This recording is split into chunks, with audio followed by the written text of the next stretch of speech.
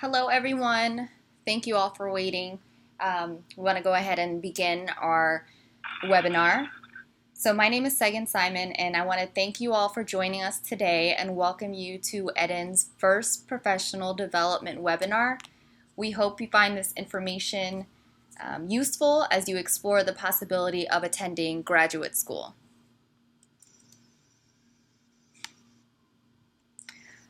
So a little bit about EDN. EDN is the Eritrean Diaspora Network, and it is a community-based organization dedicated to mobilizing Eritreans within the diaspora to develop innovative ways of improving the Eritrean community. The organization has 3 active work groups, and they are civic engagement, recent arrival support, and the professional development network.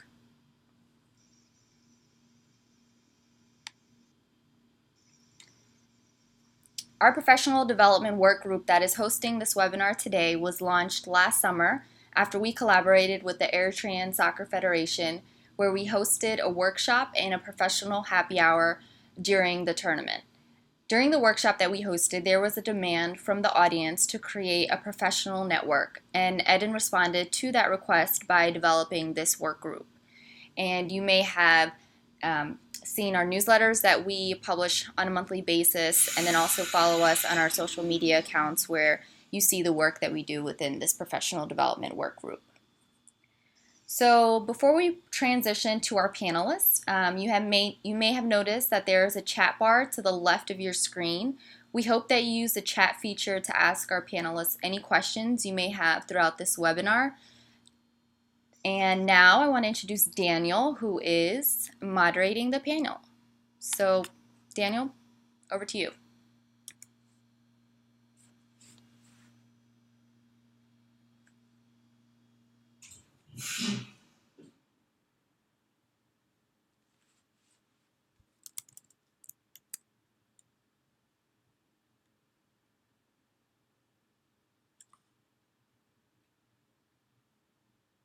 On making this an hour event.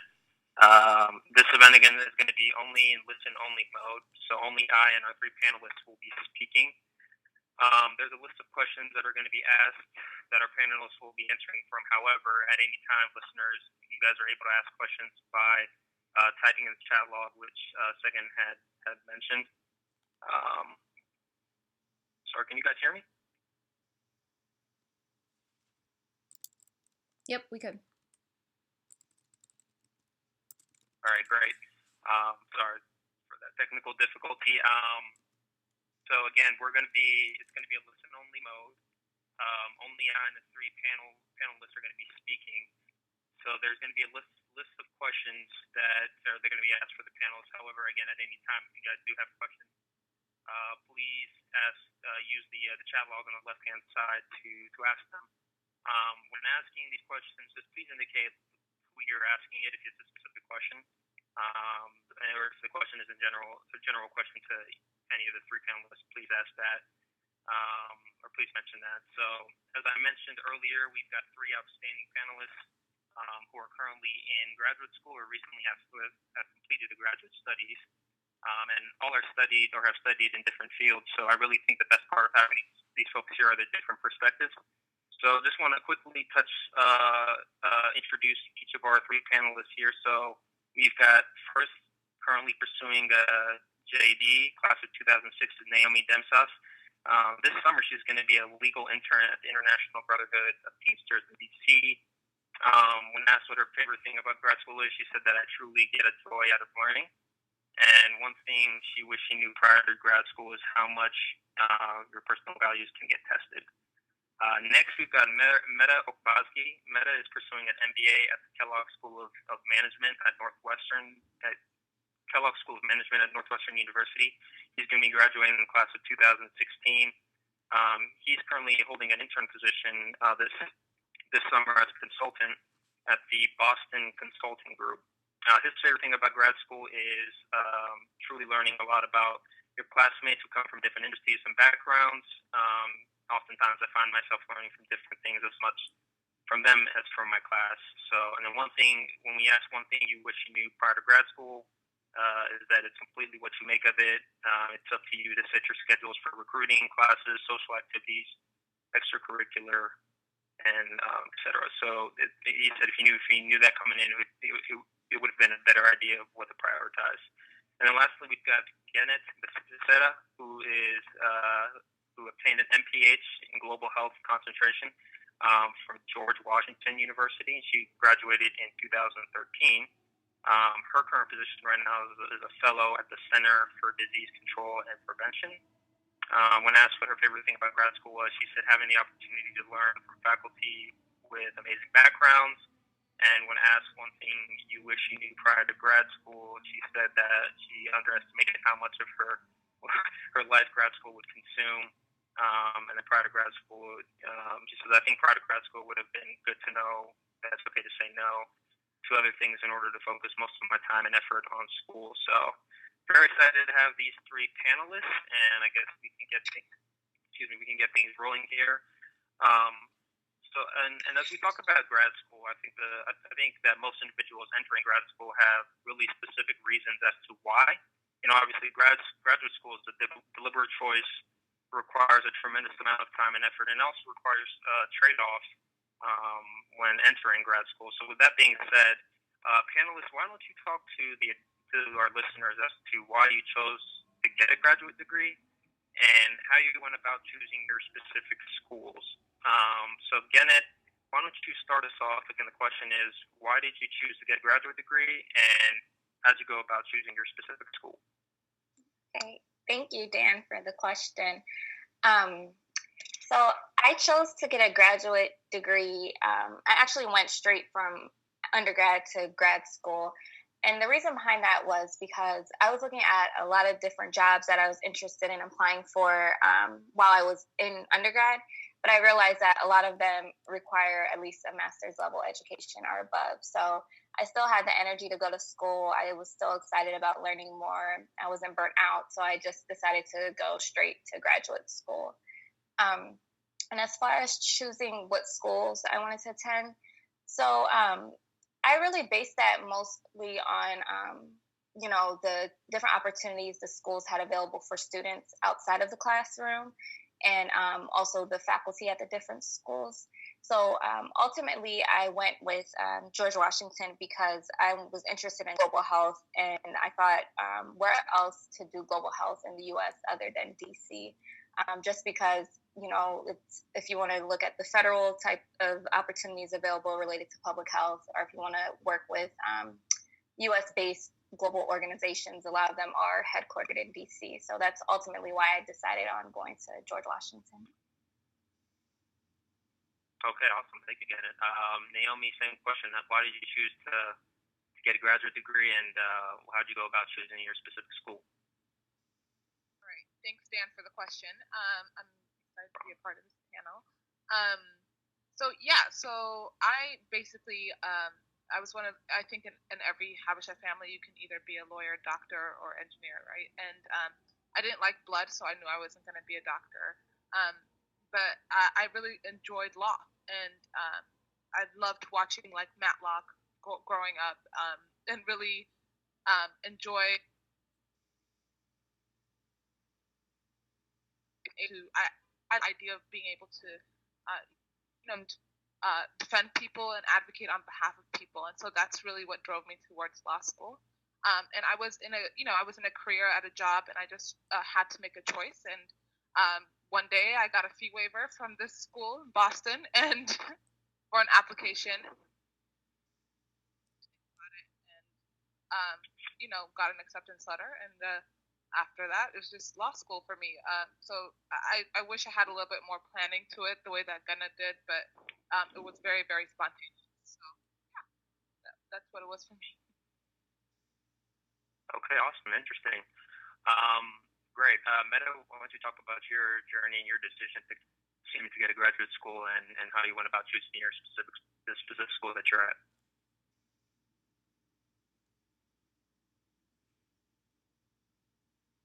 Okay, great. Thanks, Daniel, for the question. Thank you for moderating. And also thank you to everyone for attending. We're really excited about this panel and to get to share some of our experiences with you all. For me, I took some time in between undergrad and deciding to get my graduate school degree. I actually worked in industry for 4 years as an engineer before I decided to go back to school. What I came to find out over the course of those 4 years was I liked the problem solving aspect of the work that I did, but not necessarily the problems that I was solving. So I kind of wanted to change careers and take on a different set of challenges. When you decide to go to business school, you kind of have the whole world open to you in terms of which industries you can work in. You can work in anything from government and nonprofit all the way through big business, banking. You kind of have it all available to you, and that was really attractive for me. So then, once I had my mind set on going to grad school and going to business school, I had to pick what schools I thought would cater to my needs the best. And so I went through and I made a list of, a lot of schools, some really great schools. However, after going through the interview process and after getting a couple of offers, Kellogg just really stood out to me in terms of the community that the school has. A lot of business schools about networking, and I felt like the people that I met at the school would be best for me to network with and offer different opportunities for me than the other schools that I was considering at the time. And so far, 6-7 months, or no, actually, I think it's 8 months now. 8 months into the experience, I feel like I've made an incredible decision, and I'm really excited to finish up my degree and also to start my internship this summer. Awesome. Thank you, Meta. It looks like we've got a question from Meta Pragos directed at Naomi. So the question, Naomi, is what field of law are you pursuing? And he said, I'm currently looking at law schools and considering business law and business. So could you answer that, Naomi? Great, yeah. I'm actually I'm very interested in labor law, which is, so if you look at law, right, some of the upcoming markets in law is health, labor. Labor is always a forever changing thing, right? How work happens is constantly changing. And so those are kind of the two so that's kind of my interest. International law and business is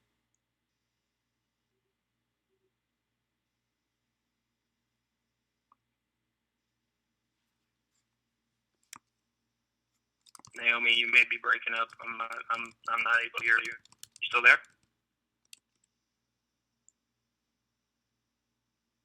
Uh-oh.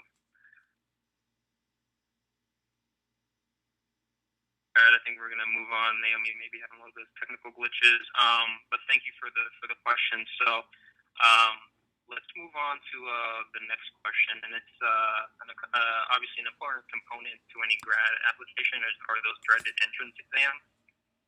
Panelists, can you discuss what exam you had to take, and then also talk about how you prepared for the exam? So were there any prep programs that you used to help you with the exam, and are there any best practices you could share to help anyone that is looking to prepare for a certain type of graduate degree? So Meta, why don't you take the lead on that one? Can you talk about what entrance exam you had to take, and then share with the panelists like how you prepared for that, and if there's any prep programs that you would suggest?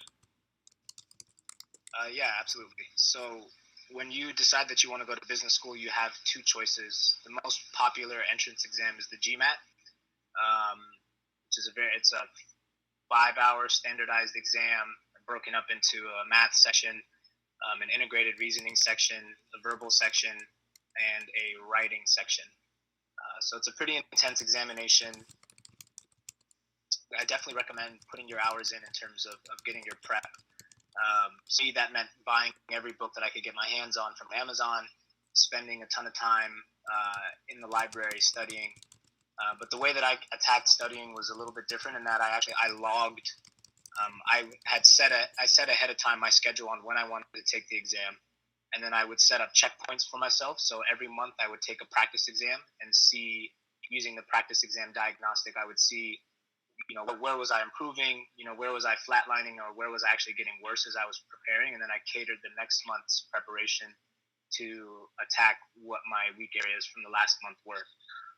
So I think it's important for any entrance exam that you make sure that you're very aware of where your weaknesses are and you're proactive about attacking those. And so, just kind of going question 1, 2, 3, 4, 5 in a book is not going to do it. It's really more about your line is now muted. What you need in order to do better. And then actually another interesting point was a couple of days before my exam, I did absolutely nothing in terms of preparation. I had put in like 80 hours or 100 hours almost of prep. And so the last 2 days I just kind of put this on, relaxed, and made sure I had my energy for the test day. Because all the preparation can go out the window if you're not well rested on the day of. Yeah, that's interesting. Did you feel that helped you when you were on test day, like to have a clear mind and just kind of focus in when that day came? Yeah, I think so. I think that, again, if you sit 8 a.m. on test day and you didn't get any sleep the night before, you're not really doing yourself any favors, and you're not putting yourself in a position to perform at your best. So it was more about like making a routine, knowing where I felt comfortable with my routine, and then do that. If I got up like an hour early and just did a couple of warm-up problems before the test, that would be better for me than trying to stay up all night and in like 13 hours before and feeling stressed out. It was more about just protecting my calm. Gotcha. Great. Awesome. Well, thank you, man. That was great nuggets right there. Getting it. How about you? What entrance exam did you have to take? And then what points of advice could you give our listeners here as they prepare, or if anyone is preparing for their exams? Okay, so I took the GRE. That's the requirement for a lot of schools of public health. There are some exceptions, like if you took the MCAT, some schools may accept those scores, or if you have a higher level degree, like an MD or something, then they might waive that GRE requirement. But generally, the GRE is required for most schools of public health. In order to prepare for the exam, I didn't take any courses. I know like Kaplan offers courses for GRE prep, but I decided against taking those courses because I would hear mixed reviews as far as a lot of the courses focused more on testing strategy versus like content and stuff. So I decided to do like a self-study plan. I started with the test date in mind as well, similar to what Meta was saying. And so from there, I kind of, devoted a couple hours a day studying, and then spent most of my time on the weekends studying for the exam. But I retook the exam because the first time I made the mistake of scheduling the exam at the end of, when I was in undergrad, I scheduled it for the end of fall semester. So at the same time I was studying for finals, I was trying to study for the GRE. And so I kind of walked into test day not really prepared. And so it reflected in my score. So then I used just like the winter break to really do focus studying. And that was the only thing on my plate that I focused on. And so I did a lot better on the exam the next time.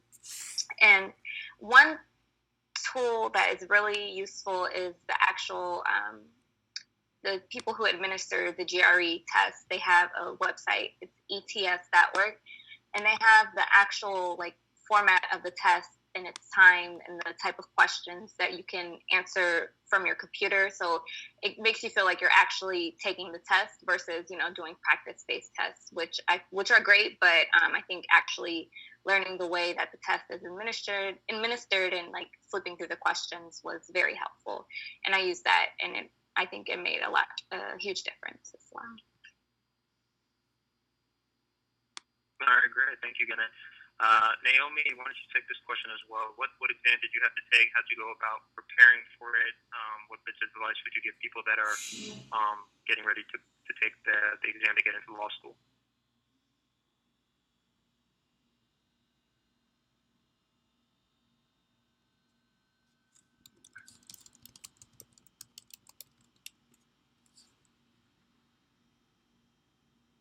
All right, I think Naomi's having some technical glitches, so we'll see if we can get that corrected, but we'll move on. All right, so the next question I'd like to talk about really centers around the differences between undergrad and grad school. So The question is how is grad school different from your undergraduate years? So it'd be interesting really to learn from you guys how things have changed from those undergrad to grad years from a couple different perspectives. So your classes and your studying behaviors, how have those changed? Classmates, your professors, and balancing like the school responsibilities between or your responsibilities between your personal life and your school life. So Janet, why don't you take that? So the question again is how was grad school different from your undergraduate years from any type of perspective you want to bring up? Okay. One of the major differences in grad school from undergrad is working with groups and working on like group projects, group papers, group presentations, just everything. I would probably say 2 or 3 courses didn't require group work in graduate school. And, in undergrad, I did a lot of group projects and stuff, but it was a lot different because so much of my grade didn't depend on other people when I was in undergrad. But in grad school, a lot of it did depend on other people and other people pulling their weight. And I think, it was kind of like, I had my priorities for graduate school. I was school full-time, interning or working part-time. So school was my main priority. But in grad school, it was such a different mix of people. So we had people who were all different ages, like full-time working professionals and stuff. So when it came to those group projects, some stuff that I would hold as a priority may not necessarily be a priority in their life. So it was kind of like, balancing those different dynamics of the different group and the demographics of the people in my courses. So I think, that was kind of like a rude awakening. And I think with each group that I worked in, it was really struggles in that sense. But and going on with that is just it was such a diverse group of people as far as diverse backgrounds and where they came from. Like some people have been working professionals for maybe 10 plus years and then they went back to get their master's degree. And so very few people went straight from bachelor's to master's. So it was different kind of being one of the youngest people in my class, but it was interesting because I learned a lot from the people who I was in classes with. So that was a major difference and adjustment as well, coming from undergrad to grad school. And just, studying habits. In undergrad, I could get away with studying the night before for an exam or 2 nights before and not reading for a class, but that wasn't the case for grad school. So, I had to learn that quickly in the first semester. But sure. Other than that, I think that was probably the few major differences for me. Gotcha. Okay, great, awesome. Meta, why don't you take this one as well? Differences between undergrad and grad, from your classmates' perspective, professors, and your just overall classes, major differences that you've noticed. Yeah, for sure. One of the main differences that you when you get to grad school, whereas undergrad is kind of everyone has to do undergrad, you don't have to get a graduate degree. So there's a different level of I guess, commitment to getting the education or commitment to the process for grad students as opposed to undergrads.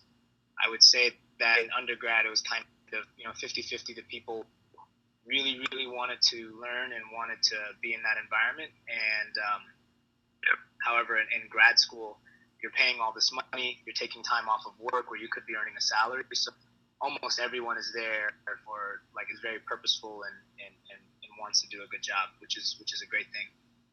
I'd say another difference is that particularly with business school, in business school it's typical that people will take between 4 to 6 or 7 years off in between undergrad and grad school and work and then decide to go back to school. So in that context, people are a lot more mature as individuals, and also they know what they want out of life. They're adults at this point. So, you could be working with someone who's already married and has a couple of kids, or you could be working with someone who was working overseas and is just coming back to the States for the first time since undergrad. So the variety and the different kinds of people that you run to is wide. And then the last that I would say that makes a huge difference between undergrad and grad school and maybe this depends on which school you go to, but I think it's pretty common across all schools and all disciplines, is the level of instructors, the level of professors is way higher in grade school. As the school recognizes how much you're paying, it's kind of optional for you to be there. So the kind of teaching that you get, some of the professors that I've met, like their background, incredible, just incredible people who have accomplished a ton in life. And it's inspiring to sit in class and learn from these people. So for me, the three things would be the optionality of undergrad versus, people wanting to do grad school, the backgrounds of the people you're in class with, and also the professors that you interact with are all just kind of taken up a notch.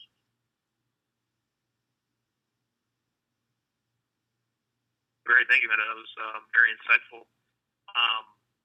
Naomi, hopefully we got the glitches fixed. Are you there? Yeah, can you guys hear me? I hope you guys can hear me this time.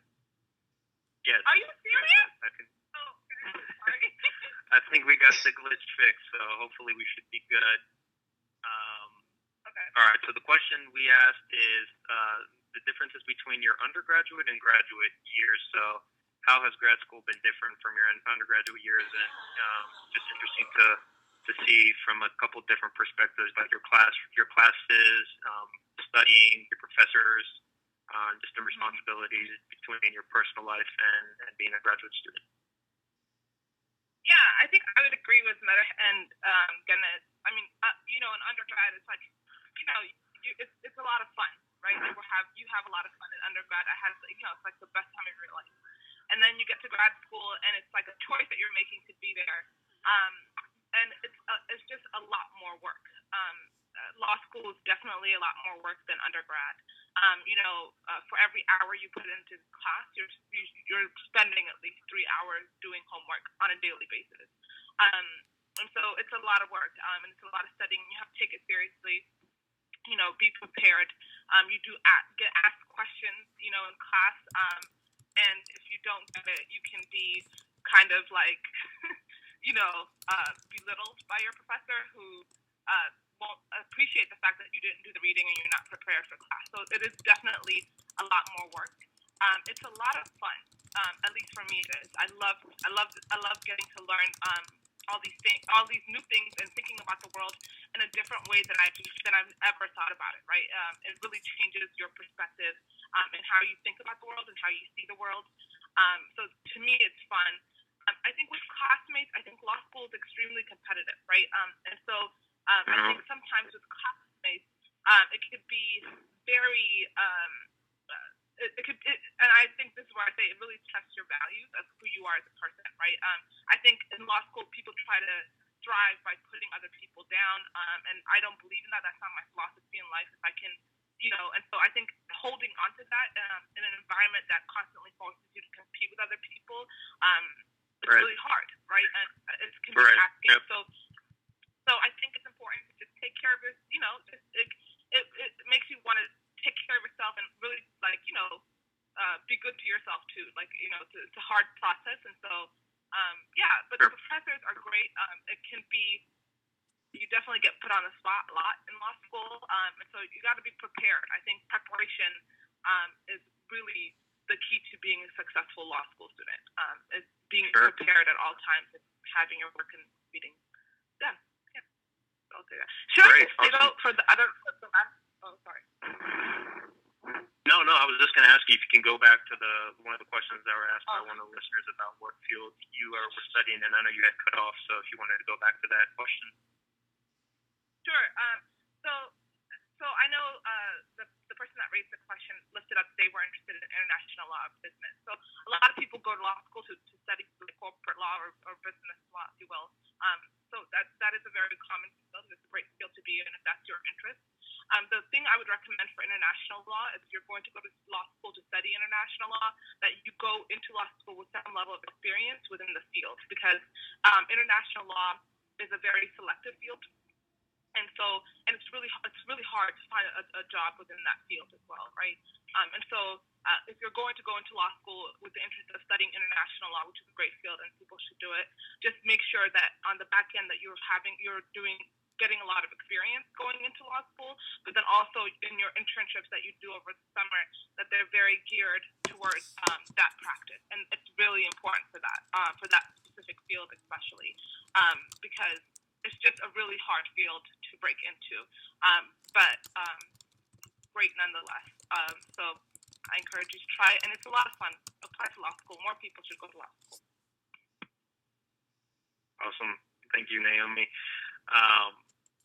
Again, guys, if you have questions, please send them to the chat log, and I'll be asking the panelists the questions. So moving on, I'd like to take a second now to jump back to my earlier question about entrance exams and the whole application process, and just really getting into the school of your choice. So panelists, let's have you discuss like characteristics that your administration officers at your schools look at when they're considering an admitted student in your field of choice. I know there's a lot of times that folks have a misconception that like the way to get into your school of choice is just to nail your entrance exam and have a great GPA. Those equate to prestigious schools. So it'd be interesting to get your feedback about just how do you really develop a great application when preparing to go to schools or your school of choice. So Naomi, now that we got you back running, why don't we have you answer that first? Can you just basically again talk about the application process? What do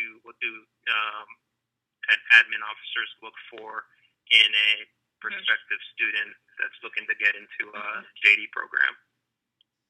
Yeah. So I think for a lot of JD programs, depending on where you apply, that people, of course, you have to do well on the LSAT. There's just no way going around that, and that's the entrance exam that you take to go into law school. So you have to do well on the LSAT. So study for that and do well. Of course, they look at your GPA, which is an important factor as well. But I think they also look at the type of experience that you bring to the table, right? Like, what have you been doing before you apply to law school? I always recommend that people that are interested in going to law school actually take some time off and work, right? And take a year or two and work. You could always tell the difference in a classroom between the person that came straight from undergrad and the person that has a little bit more life experience, and just the level of professionalism they display in a classroom. So I definitely recommend, if you're interested in law school, take a couple years and work, right? And try to see, like, in a real life experience, what do you want to do? And so I think they look at that. I know they look at that. And they look at your personal statement, right? What are you writing about? And it's harder to write a good personal statement if you don't have experience to speak from, right? And so they want you to write a solid, a personal statement about why you're interested in pursuing a degree in law. A lot of law schools, and I've heard this in a lot of different workshops that I've been to as well, people write a lot of sob stories about how, and we woe is me type stories, which a lot of people, have. And I think admissions officers actually don't enjoy reading those stories. They want those stories to have there's an interest in it as more than just you trying to get sympathy from your admissions officer. So when you're thinking about writing your personal statement, actually think about why you're interested in law. And of course, you have to tell your story, and part of that story might be sad and part of that story might be happy, but definitely give it a mixture of both. Don't make it like this woe is me story, because a lot of people don't enjoy reading those stories and those types of personal statements. And as someone who's done it too, it becomes a little draining. And they look at your recommendation letters. What do the people that are writing recommendation letters say about you? I think those are very important elements to applying and being considered for law school. Awesome, thank you, Naomi. Meta, what about you? What's your perspective about the whole application process for getting into business schools? What do admin officials look for at your school? What do they consider? And can you talk about maybe demystifying the belief that only a solid entrance exam or solid GMAT score and a high GPA is what gets you into a prestigious business school? Yeah, I think that's absolutely false. It's not just the entrance exam. It's not just your essays. It really is holistic. Sometimes when people say we look at the whole picture, you feel like, oh, that's BS. Of course, the guy who has a great GMAT score or whatever, or worked for like Goldman Sachs or whatever high very prestigious company is going to get into school, but that's not the case. I know personal stories of people who have scored 750, 760 in the GMATs out of 800, so that's about 99th percentile. So they scored in the top 1% of all the people that took the exam and completely whiffed on every school that they applied to. So it's really there's more to it than that. So what I tell people, kind of helping them go through the application process, like, don't imagine what the admissions officer is looking for a Kellogg student, or insert business school name here, student. Think about what they're looking for a graduate of their school. Like, what's the kind of work that they want people that attend their school to do? What's the kind of impact that they expect graduates of their school to go and have on the world? And what that means is that, if you have all the numerical skills, but you can't sit in a room and talk to someone about your ideas and be personable and be able to persuade people that, when the moment is right, that the way you're thinking is the right way to go, all the math in the world aren't going to help you in a business context. So they're not looking for calculators. People that go to business school go to lead organizations. If they wanted a human calculator, they would just hire an analyst, not an MBA grad. So my recommendation is that you need to make sure that the whole package that you're presenting makes sense, that it's something that's applicable, and that you have thought through, why do you want the degree, what do you want to do with the degree, and what kind of impact are you looking to make? Because all of these schools are looking for the same thing. They're looking for someone they can be proud of that holds their degree and is going to go on to do interesting and impactful work. So you need to be able to convince them that type of person that can do that type of work. So it's definitely not just about the numbers. Gotcha. Awesome. Thank you, man. Great insight right there. Again, how about yourself getting the MPH at George Washington? How, I guess, your thought process about grad school from your perspective?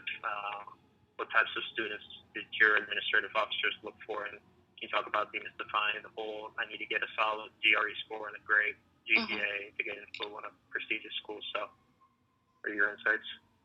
Yeah, so for MPH programs, a lot of them don't interview students when they're applying for it.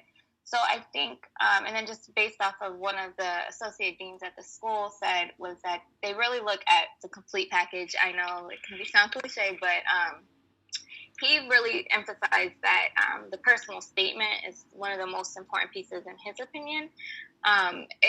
Because just being able to really articulate how a degree from, or a master's of public health degree from George Washington can help you meet your career goals, and for you to articulate that and be able to say that, these are the skills that I'm hoping to get, and this is how I'm going to apply them.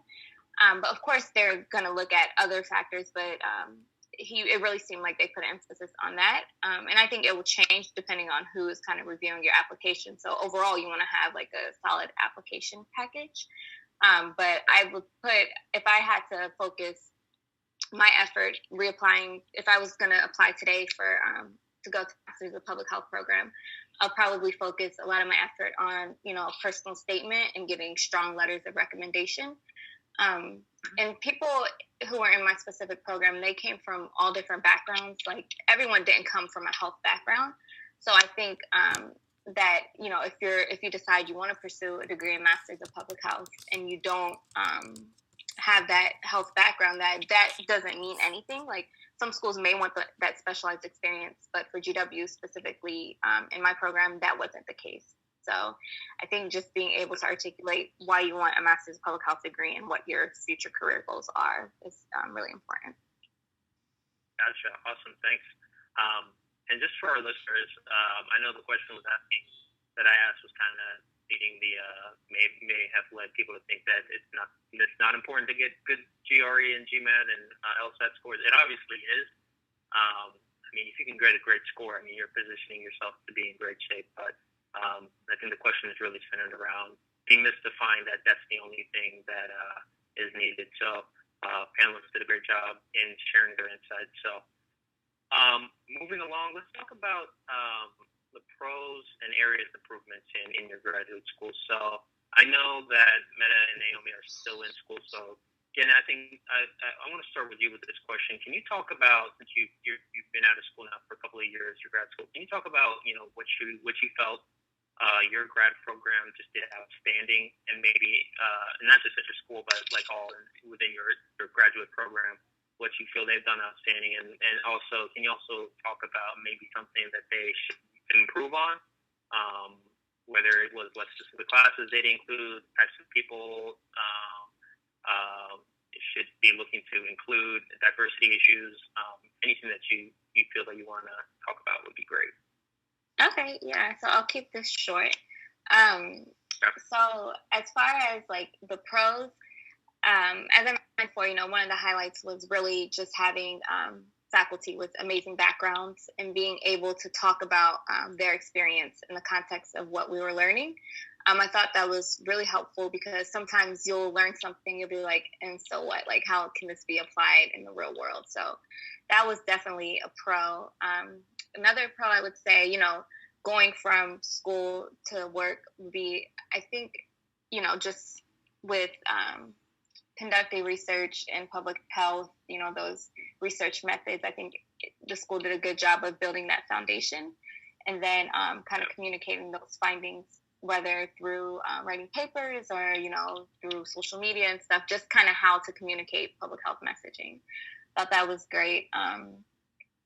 And then I would say areas those are just a couple, but, overall it was a great experience, and I would choose the same school in the same program as before. I was, certain faculty members were great mentors, and I still am in contact with them today. So I think that's another pro. But areas of improvement would be with, having faculty who have great backgrounds. They're also involved in other research and other projects, may not necessarily be affiliated with what they're teaching. So sometimes they can be so busy that it seems like, they don't have that much time for the students or to address the students' needs outside of the 2.5 hours of the course. So that got a little bit frustrating when I would have a question about a paper or something that I would be working on, and the faculty member was just not available. And so I think, making use of the TAs and stuff, the teaching assistants in the class was helpful, but that would definitely be an area of improvement. Another thing is, doing a better job of connecting students to opportunities outside the classroom. A lot of the stuff, like internships and stuff that I had during grad school, it was more myself like searching for the stuff online or, asking about it. And I was perfectly fine with that. But that doesn't necessarily work for everyone. So I think, focusing more on what's next after graduate school. And I think, judging off of what I've seen in these past couple of years, they are doing a good job of doing that now. So, yeah, I would probably say those are some of the top ones that I have. Okay, awesome. So I know Naomi and Meta are still in graduate school, so that question was more directed towards again. So thank you again for answering that with really good insight. So I know we've got a question actually from one of our listeners, and it's directed to Meta. It's from Sam Hagos, and we've got about 10 minutes left, so keep asking questions to our listeners. So question from Meta.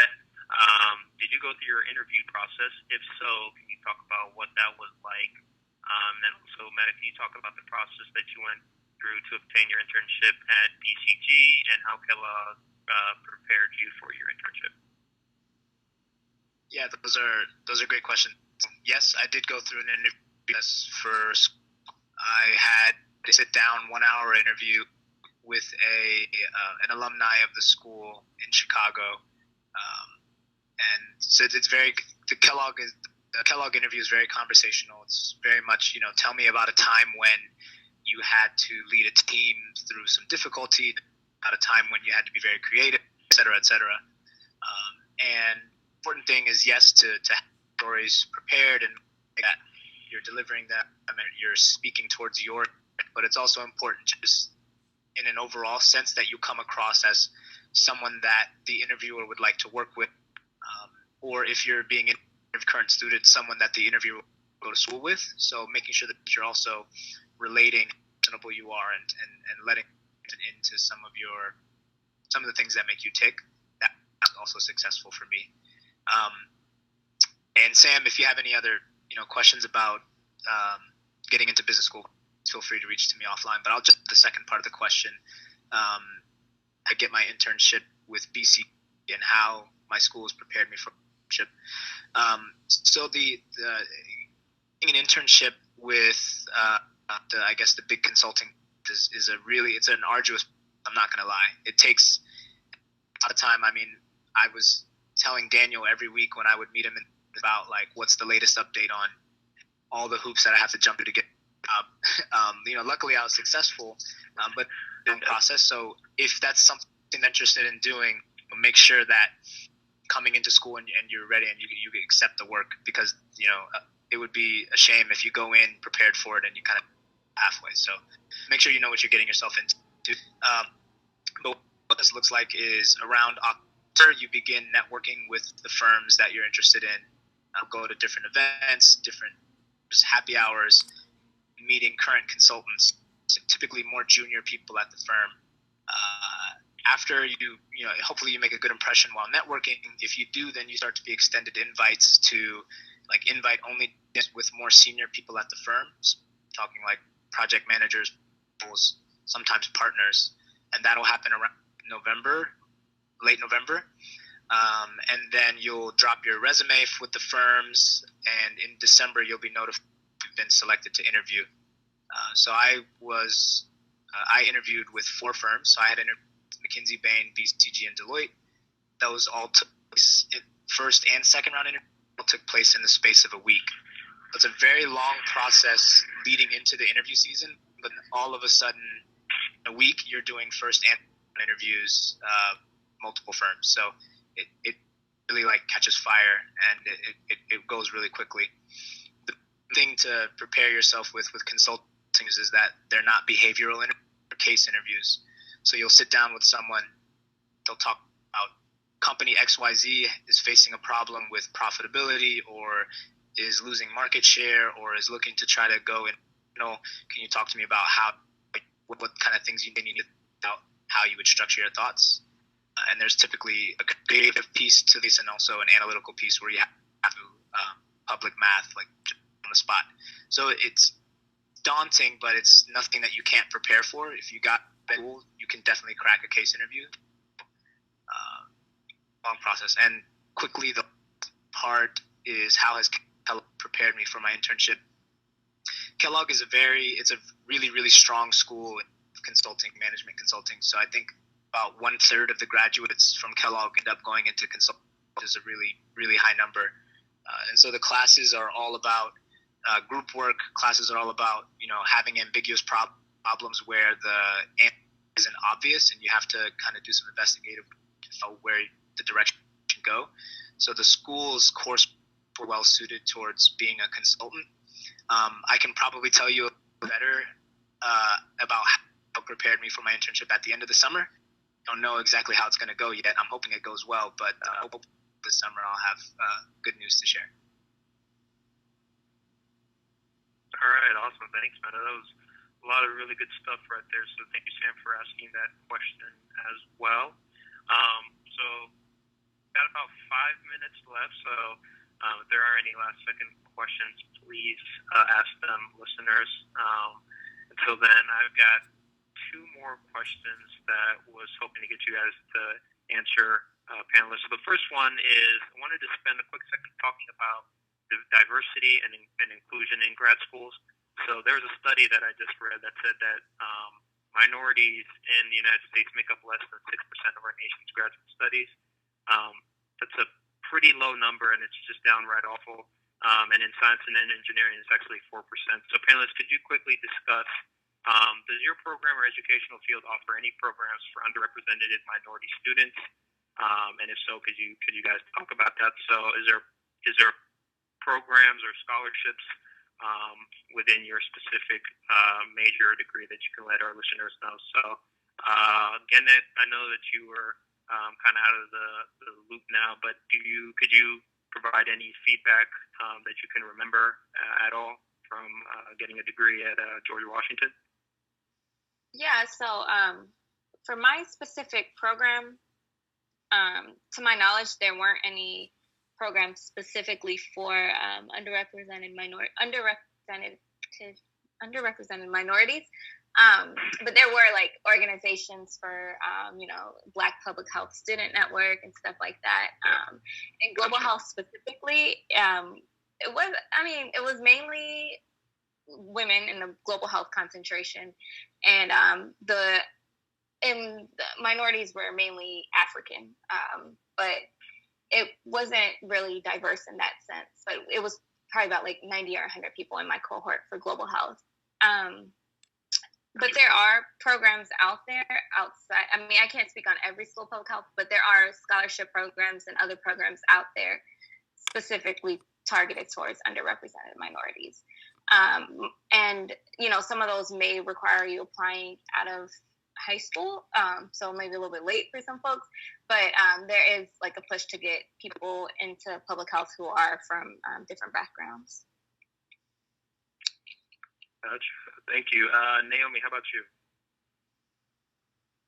Yeah, actually, there's a lot of, there isn't a lot of great programs for minorities who are interested in going to law school, but there is one that I specifically know about that I used, and it's called forpeopleofcolor.com. It's basically an online, it's like an online grouping of people, and it was started by a former law student who went to actually a school, UCLA, law school in UCLA, and basically the program provides support for people of color who are interested in going to law school. There's various workshops. In fact, when I had written my essay, I sent in my essay and they read it for me. They gave me my personal statement, and they gave me a lot of good feedback. So I encourage people to use that. There's definitely a lot of scholarship programs that you can apply for that come up. I think it's a really hard and a hard thing to navigate, but for me specifically, people of color was definitely a really great resource, and I encourage people to try it. And I'll type up the website in the chat box so people can check it out. Okay, awesome. Thank you so much. Meta, how about you? Why don't you, if you could provide some insights about, from a business school perspective, what are the business schools doing in terms of programs or scholarship funds to increase that percentage rate?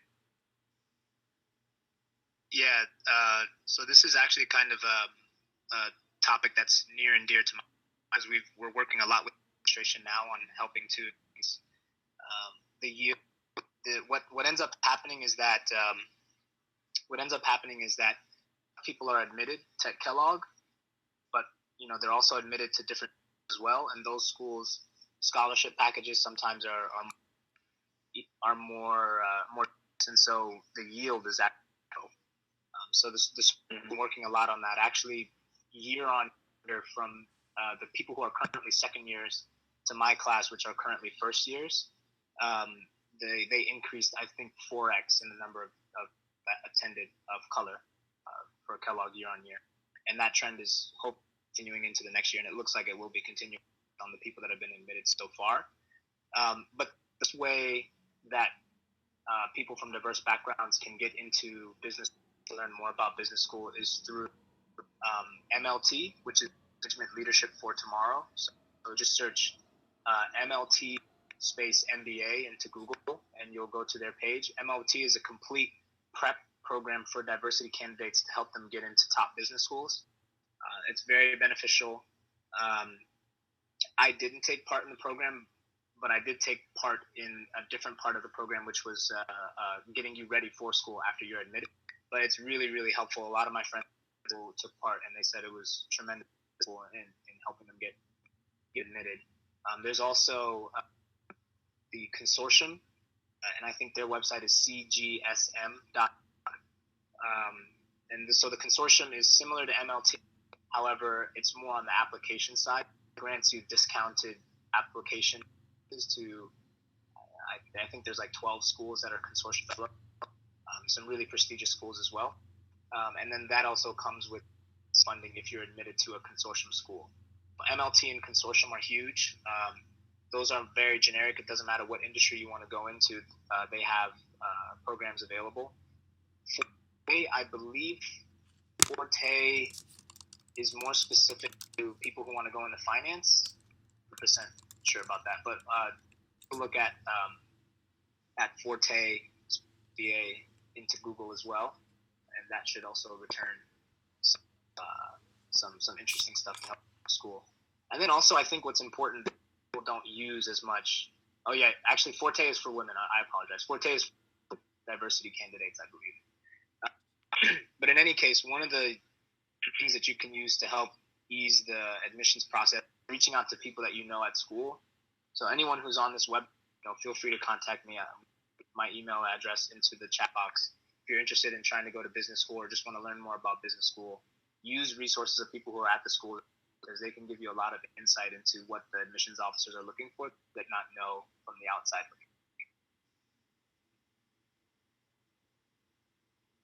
Okay, awesome, Meta. Thanks for that insight. And I think Meta hit it on the nail on the head when you said, please use your resources when looking, when interested in pursuing a graduate degree. And for example, these three folks right here are more than happy to obviously reach out and answer any questions that you guys have. So excellent, thank you so much. So I think that about wraps it up. We're a little bit over by 2 minutes. So first of all, I want to thank Bennett, Meta, and Naomi for taking the time to answer the questions. I thought they were fantastic answers to our questions and to our listeners for asking these questions. So please be on the lookout for upcoming webinars hosted by EDN. And, as always, continue to read the Professional Development Group's monthly newsletters and follow EDN through its various social media outlets for various news, updates, and whatnot. So if you guys have any questions, comments, directed at EDN, you can send those to the official email, which is eridiaspora@gmail.com. That's eridiaspora@gmail.com. And then please be on the lookout for a survey from us about the webinar. We'd like to hear your thoughts about what you liked or disliked as we continue to produce more for you guys. So with that, everyone, thank you again for joining and listening to the webinar. I hope you have a great rest of the Sunday. Thanks. Thanks, everybody.